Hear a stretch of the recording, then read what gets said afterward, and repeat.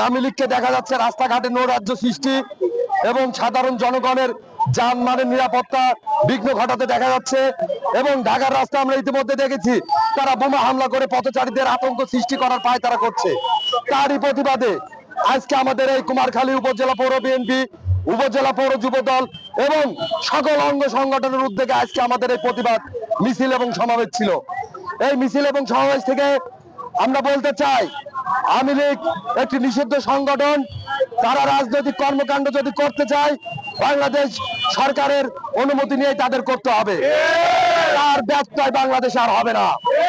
আপনারা ইতিমধ্যে দেখেছেন আমাদের মাননীয় প্রধানমন্ত্রী বর্তমান তারেক রহমানকে নিয়ে বিভিন্ন কটূক্তি করা হচ্ছে এবং জিয়া পরিবারকে নিয়ে বিভিন্ন রকম কটূক্তি করা হচ্ছে এবং সোশ্যাল মিডিয়ায় তার পরিবারকে নিয়ে বিভিন্নভাবে কটূক্তির মাধ্যমে সাইবার বুলিং করা হচ্ছে।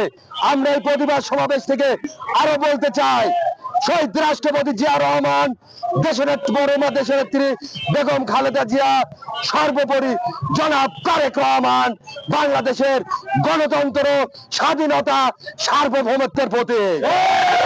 বাংলাদেশকে গণতন্ত্র, স্বাধীনতা, সার্বভৌমত্ব জিয়া পরিবার ছাড়া চিন্তা ভাবনা করা যায় না। জিয়া পরিবার আমাদের আবেগের জায়গা, এই আবেগের জায়গায় কেউ হাত দিবেন না। যদি কেউ হাত দেওয়ার চেষ্টা করেন সেই হাত পুড়ে যাবে।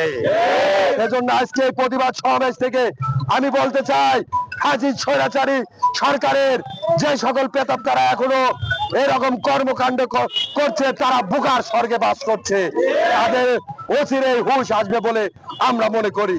ধন্যবাদ আপনাকে।